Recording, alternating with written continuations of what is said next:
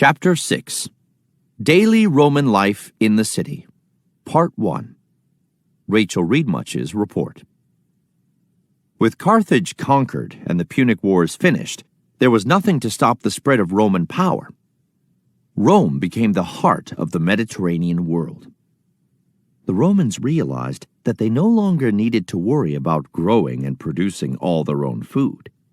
Instead, they could import wheat, olives, and other basic foods from other countries. Then Roman farmers could focus on raising only the crops they wanted. Ancient Rome became a major center of trade. Goods from all over the known world flowed through its Roman ports, and in the process, Rome became rich beyond compare. The city grew at a rapid rate. It must have been astonishing to be there, to witness all the workers who were involved in building the Colosseum, the Forum, the temples, and all the other buildings you see in this picture. Someone built this model out of clay, and some of the buildings are probably about as big as a pencil eraser. This model is based on what we estimate Rome would have looked like 2,000 years ago, based on old Roman maps, drawings, and writings, as well as the hard work of archaeologists in discovering these items. To the right of the center of the image, you can see the Colosseum. The long oval structure in lower left of the image is called the Circus Maximus. This model gives you a good idea of some of the places a Roman child might have seen as he or she explored the city. So, what would it have been like to be born and raised in the city of Rome?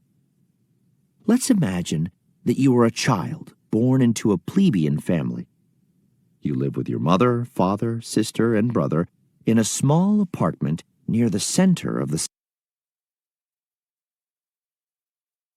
city, not far from the great Colosseum. Your apartment building is crowded and noisy. There is always someone yelling or crying or laughing. There is smoke from ovens and open fires in the courtyards where women bake and cook. They are not allowed to cook in their apartments for fear of burning down the whole building. On warm summer mornings, you and your friends like to go to the bridge across the Tiber River and wave to your father and the other merchants as they return from the docks on their way back into the city. Your father dreams of becoming a wealthy merchant one day, but right now he only owns one little boat. Each morning, he and his partners row out to the docks where the big ships unload their exotic goods. Your father buys goods from the merchants on the ships, and then he resells the goods in other places in the city. He is a good businessman. He buys goods at the wharf at a low price and then sells them for a higher price to the rich people in the city who are too busy or lazy to come out to the wharves themselves. He doesn't care what kinds of merchandise he gets, pottery, fabric, dried fruits, or whatever else he can find, as long as he gets a good price. After the boats pass, you and your friends hurry home for your daily lessons. Like most other plebeian children, you are educated at home by your family instead of going to school. You are taught to read and write in Latin. You are taught good manners and proper behavior. You learn about Roman gods, Rome's history, and what it means to be a proud Roman citizen. You also learn about your culture, the traditional songs, dances, and recipes. Your sister often goes to music lessons. Your aunt sometimes takes her and other girls for a flute lesson near the Temple of Minerva, built to honor the goddess of wisdom and creator of music. The boys exercise and play rough games to become stronger. The parents are responsible for making sure their young boys are strong enough to serve in the Roman army when they are old enough. You like learning about Roman history and poetry, especially the work of a poet named Virgil. You heard a poem by Virgil one time, and this line stuck in your head: "Fortune favors the brave." This line is very important for Romans. It means that you need to be brave, willing to take risks, and try new things if you want to have good fortune or luck. You know from the stories your mother and father have told you that Rome became successful because of many brave Roman citizens who came before you. Some days when you walk through the city, you can hear the cheers of the crowd in the Colosseum echoing through the city whenever fights are occurring. The Colosseum is a huge amphitheater that seats 50,000 people. Your parents will not let you go see the fights in the Colosseum, but you know what goes on there because you have heard many stories. Not too long ago, however, your father took you to see your first chariot race at the Circus Maximus. The Circus Maximus is a great big racetrack in the middle of the city. You sometimes see chariots in the city, but mostly they are used by soldiers in battle. When you see them sauntering down the city street, you don't think anything of it. They're just men standing on two-wheeled wagons being pulled by horses at a slow and relaxing pace. But these chariots seem completely different when you see them racing around the track at the Circus Maximus. Chariots pulled by horses can move incredibly fast.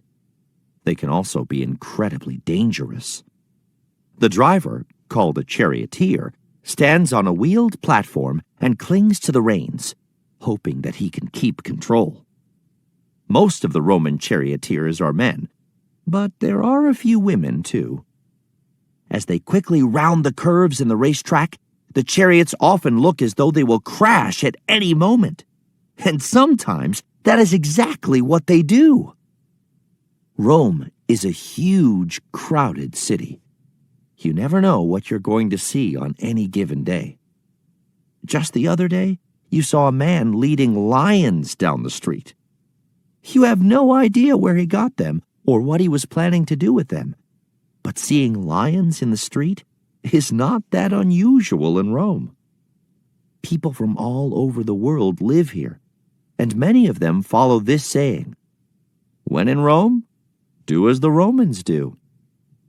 Of course, many of the people living here are slaves who have been captured as the Roman legions conquered new lands. But many others are merchants, travelers, or just people who have moved here to try to make a better life.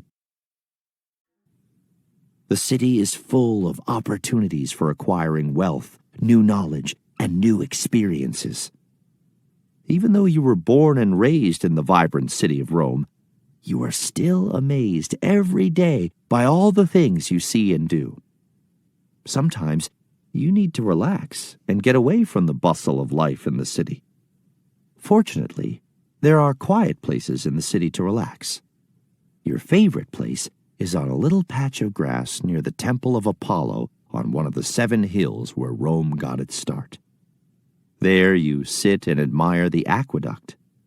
This beautiful structure, supported by arches, carries fresh, clean water from the mountains into the city. Your father has explained to you that aqueducts depend on gravity and pressurized pipes to help the water flow through them. The water comes from nearby mountains, and because the water source is higher than the location of the city, the water flows downhill through the channels of the aqueducts with the help of gravity. Romans use a lot of water for fountains, public baths, water wheels, sewers, and faucets in the streets. This is one of the structures that your father has seen in his travels and told you about, an impressive bridge and aqueduct called the Pont du Gard. The aqueduct is just one of many ingenious accomplishments, in addition to road networks, sewer and heating systems, and beautiful structures such as the Colosseum and Pantheon that surround Rome and make you proud to be a Roman citizen.